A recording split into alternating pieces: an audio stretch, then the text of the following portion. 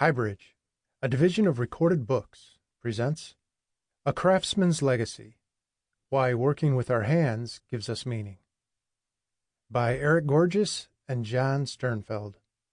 Read by Eric Gorges. Introduction from Our Hands. We find only one tool, neither created nor invented, but perfect, the hand of man. Julio Ramon Ribeiro. I build custom motorcycles for a living, so as a craftsman, I work with a variety of materials, tools, and machines. But my primary tools will always be my hands. And, to be honest, mine have been through the grinder.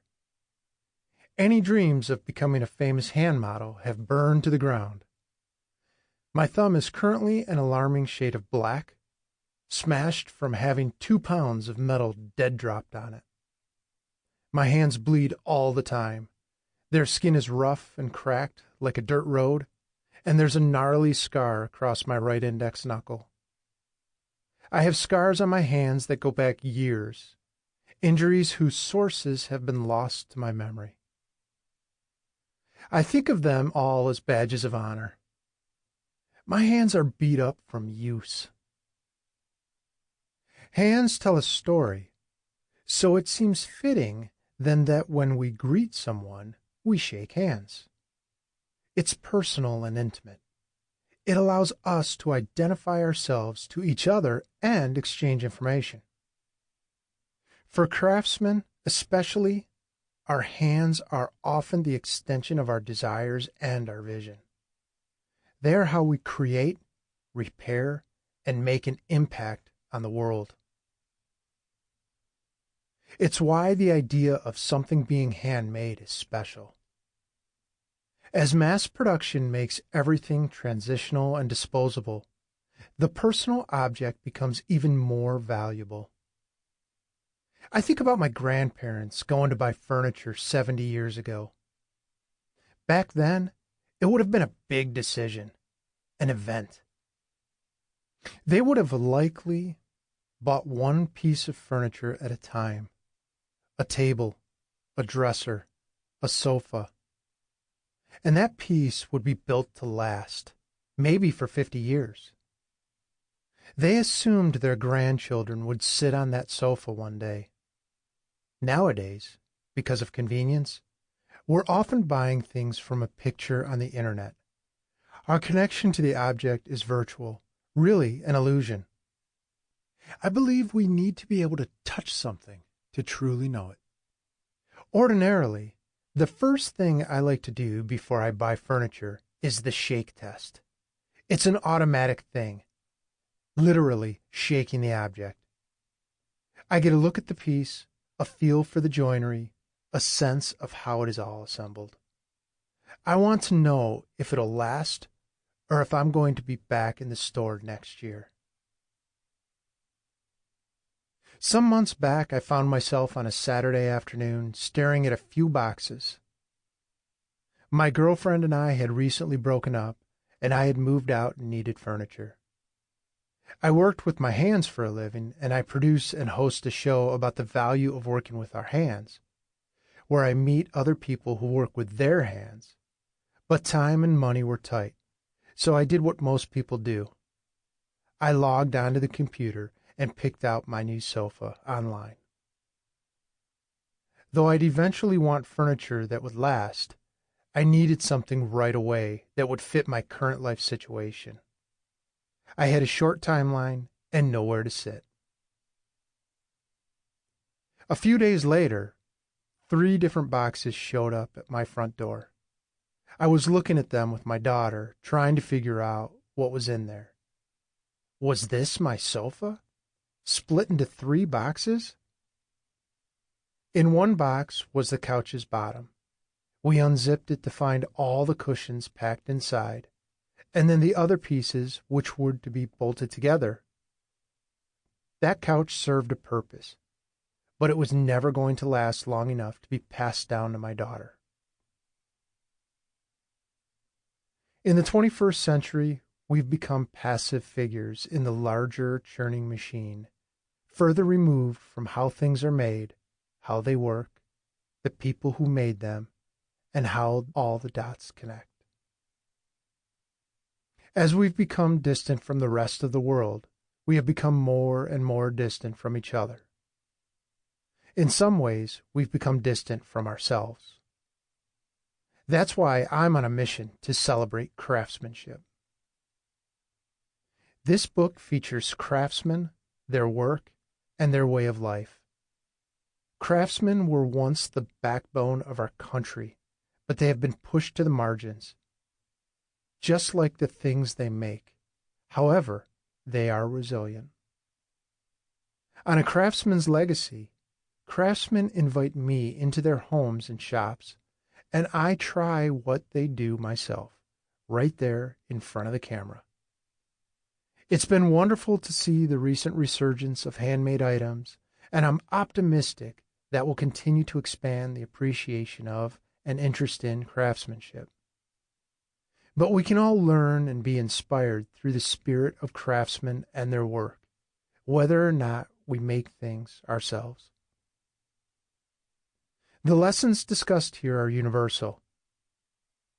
Maybe an understanding of the craftsman's ethic can help someone feel more grounded in their own life, or bring the wisdom of the natural and mechanical worlds back into our homes, offices, and day-to-day existences. In my estimation, craftsmen are heroic to me, and I'm trying to do the little bit I can to shine the light back on them. Eric Gorges, Detroit, Michigan. Chapter 1. The Battle for Perfection. We are what we repeatedly do. Excellence, then, is not an act, but a habit. Aristotle. The first 10,000 pots are difficult. Then it gets a little bit easier. Warren Mackenzie, Potter. Every time you get in the saddle, you are up against the impossible. No matter your years of experience or level of expertise, this is an immutable truth.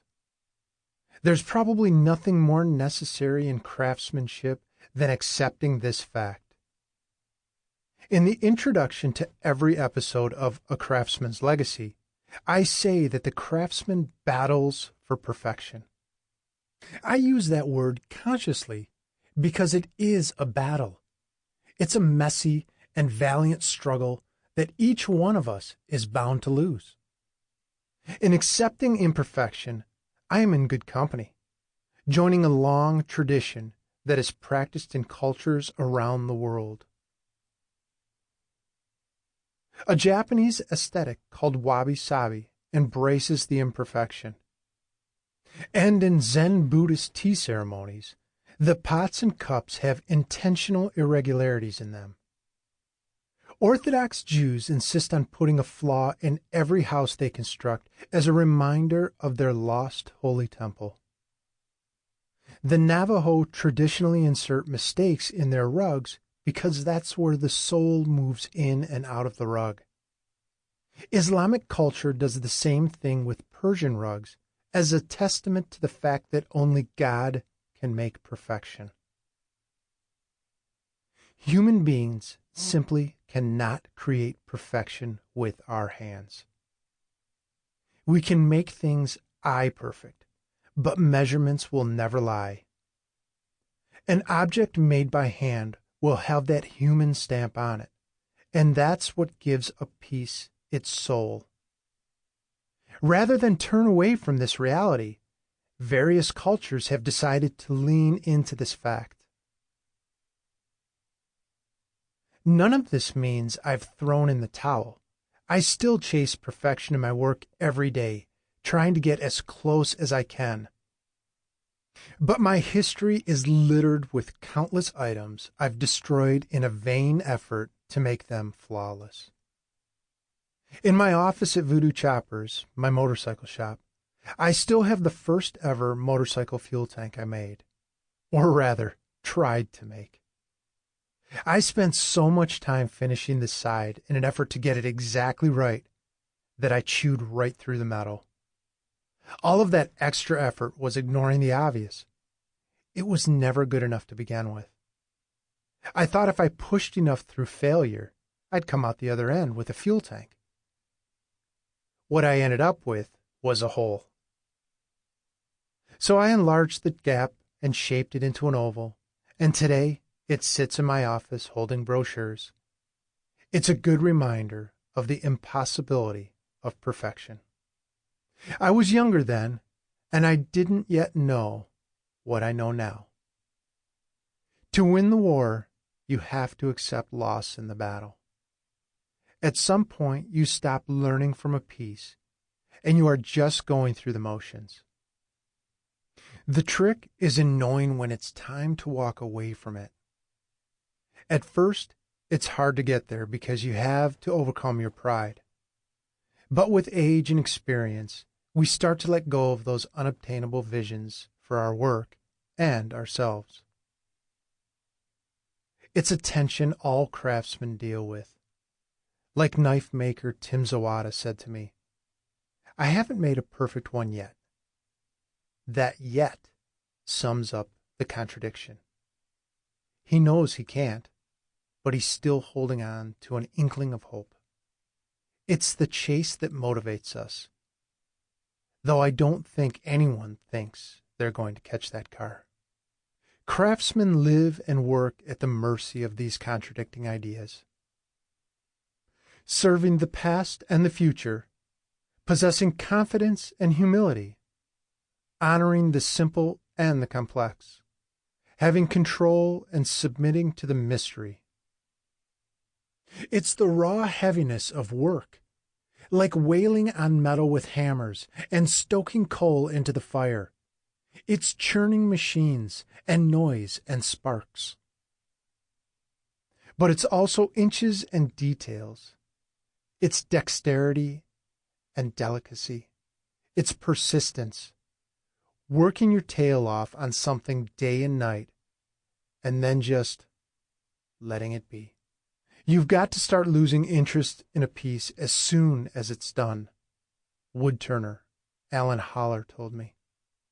You've got to have more interest in the one you're going to do than in the one you just did, or you just stay in the same place all the time. That commitment to forward progression, to the next piece, is the kind of wisdom that comes from years in the saddle. You're fighting against the constraints of time, life, business, and you're never going to win. You're not meant to. That's frustrating, but it's also beautiful. The struggle keeps you growing. It gives us all a little kick, an extra engine. That's something we can all use to become our best selves. That's why I keep up the fight. It is my charge to always improve upon it into the future. Jake Weidman, Master Penman. Jake Weidman is one of only 12 people in the world and the youngest in history with this title, Master Penman. It's a royal-sounding title, and he's got the proof, which, of course, he designed himself. The final test for his calligraphy training was to make his own certificate, which is a document of incomparable beauty. As a boy, Jake was inspired by his mother's Gorges script. Once he learned cursive, he began to dazzle his teachers with his artistic and fluid writing. Art seemed to naturally spring from his hands, and people noticed. Professors in school would ask to keep his assignments, even his class notes, because of the care and beauty of his penmanship. It would be like listening to a tape of John Coltrane playing scales or tasting a casual lunch that Julia Child made for herself. Jake practices calligraphy, the decorative handwriting style with a long tradition, but he also draws, paints, and carves wood, including making his own tools. The designing came out of necessity. He couldn't find a pen that worked the way he needed it to, the way he envisioned it should. So he created his own. This led to a series of exquisite pens that Jake designed out of wood, animal bone, and stone. The calligraphy pen has to capture the complicated inner mind of the artist. So according to Jake, it should be a tool worthy of the task. I had been hearing about Jake's work for a while and knew I wanted to book him on a Craftsman's legacy. He's a spiritual guy, a romantic at heart, who lives near the Colorado Rocky Mountains, which no photograph has ever done justice. Jake has a singular way of carrying himself, and he speaks in this careful way that echoes his writing. It's a hyper-articulate and elevated manner of talking that reminded me of a poet or a knight, like a man from another time. I don't know if he's like this because of his lettering work, or if he was attracted to lettering because of this aspect of his personality, but it doesn't really matter. Who he is and what he does are inseparable. He's wholly committed to his craft and, by extension, his vision of the world. Every craftsman has one, whether consciously or not, which they express through their work. I asked Jake my standard question, something I ask every guest on the show. Do you consider yourself an artist or a craftsman? The idea of it interests me, where the lines are, how blurred they are, how self-perception and self-identity play a role in their work. The answers are so revealing. Sometimes the guest has clearly thought about these two terms and feels they are a craftsman. Others negotiate an answer that's somewhere in the middle. Other times, the question seems irrelevant to them, and they tell me they haven't thought much about it. Like the name is beside the point. The more I ask the question, the more I realize the label has more to do with how the person feels about his work than anything technical or inherent in the work itself. Jake's answer was as thoughtful and distinct as any I had heard. He who works with his hands is a laborer, he quoted. He who works with his hands and his head is a craftsman. He who works with his hands, his head, and his heart is an artist. He didn't say it outright, but I think it's clear he views himself as an artist. Handwriting is a representation of ourselves that is fading from society. Script has vanished from the classroom, and penmanship is no longer emphasized. The assumption is that kids can pick it up on their own time, or they don't really need to master it because they communicate through computers. But something is getting lost. What's more personal than your handwriting? It practically carries your DNA. Forensic experts can evaluate signatures and read your fears and desires from the way you curl your G. The reason it's so valuable is because our true nature, the selves we can hide in other ways, comes through in our handwriting. It tells the world something about us that we might not want to share. Maybe something we didn't even know. Back when all writing was done by hand, texts were works of art. venerated like sculpture or painting. Think about the Declaration of Independence, or the U.S. Constitution and the beautiful flowing script we associate with those documents.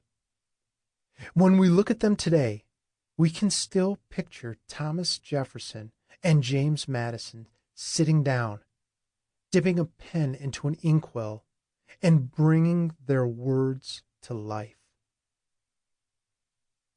Everything from the paper those documents are written on, to the curl and swirl of the letters, to the words themselves, communicates their higher purpose. They are pieces of paper worthy of building a country from, or swearing an oath to. If you ever get a chance to look at letters from Revolutionary or Civil War soldiers writing home, stop and look closely. They are incredible. Likely they were exhausted, wet, injured, terrified, and dirty. And yet so many of their letters are written in this flowing, beautiful script. It shows so clearly how valued writing used to be. They were communicating to their loved ones, and their writing, not just their words, but the actual writing, expressed how they felt. My cousin once gave me a letter that my grandfather wrote while he was fighting in World War II. It was on U.S. Army stationery and preserved in a plastic sheath. I was mesmerized when I first took hold of it, and that feeling hasn't worn off. Something about that letter felt so alive. It is an authentic record of my history, my family's history, and the country's history. It connects me to my grandfather and his life, his era and place, his loves and fears and desires and struggles. Through his letter, through his handwriting, I can enter his world. In that way, the physical act of writing is like a portal through time and space. 2,000 years ago, the Romans invented the reed pen, which was made from either reed or bamboo. It remained the most popular writing device in the Western world for over 500 years, until the quill, made from bird feathers, was invented in Spain sometime in the 6th century. Handwritten text was the only option for nearly 1,000 years, and the low literacy rate meant it was practiced by a select few.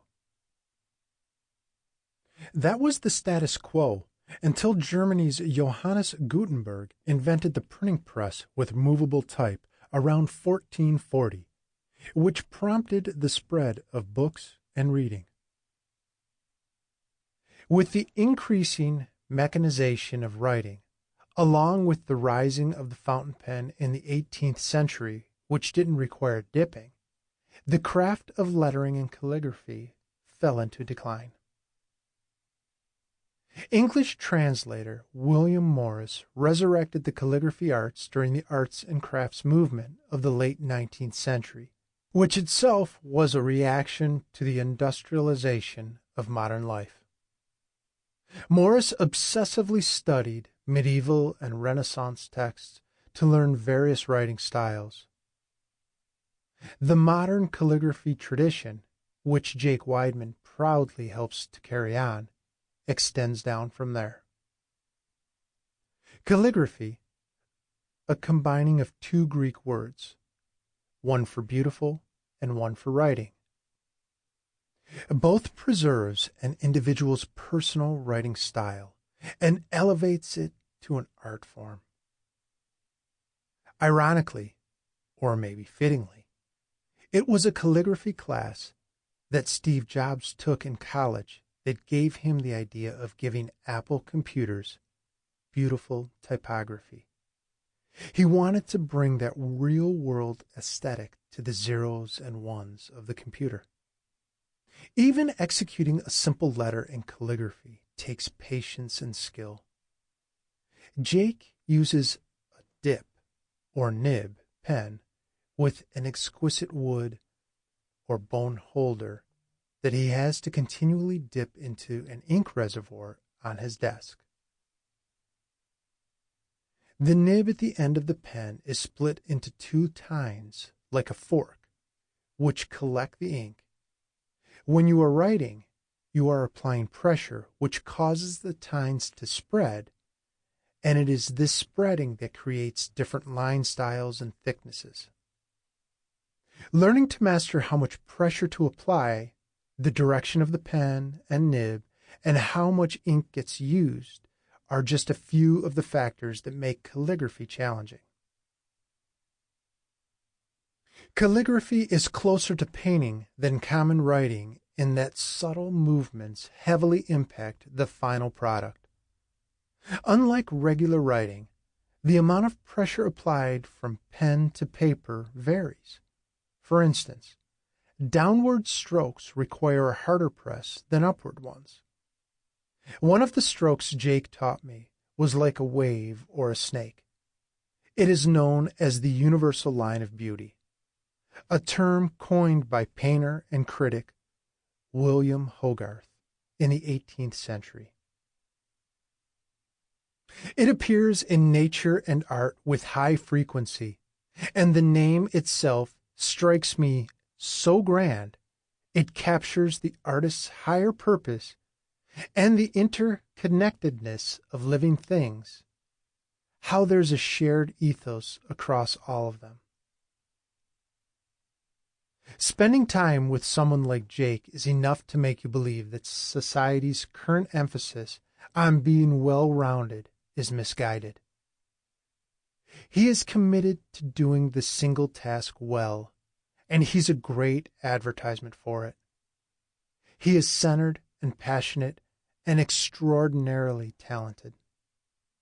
Getting something right, not perfect, but right, takes time and patience, and an almost obsessive attention to detail. Because Jake's efforts are directed to a single point, he has reached a rare level of his craft. Jake is not just keeping the craft and tradition alive, as though it were an inert thing reluctantly being dragged forward. He's breathing new life into it so it can stand on its own, move ahead on its own strength. On his website, he writes, "You cannot honor the past by repeating it. You honor the past by giving it new life and relevance in our modern age." He has such a deep, almost mystical understanding of his purpose that I was inspired being around him. We live in a world of quick and easy, and so things fade away just as quickly, Jake told me. To have something that has permanence on that page is so beautiful. He and his wife, who is also an artist, have kept all their letters to each other. One day, they would like to pass them down to their children and grandchildren. So the story of them falling in love will live on through their written words. When I came back home to Michigan after spending time with Jake, I had a whole new appreciation of and outlook on my handwriting. I practiced calligraphy strokes and even started writing all my communications by hand, which I still try to do. The effect it had on me was profound. I now take the time to slow down and think about how I am corresponding. Friends of mine who receive my letters say they appreciate them, how it feels so much better than a text or email. I think maybe it's because the letter wasn't only a vehicle for what I wanted to convey. The physical paper and writing itself communicated the time and care I felt my friends deserved. My handwriting actually has been horrible for as long as I remember, but it's only because I hadn't taken the time to learn the skill. Now, I make it a habit to practice. Lately, I've been using cursive even for day-to-day things like Sample complete. Ready to continue?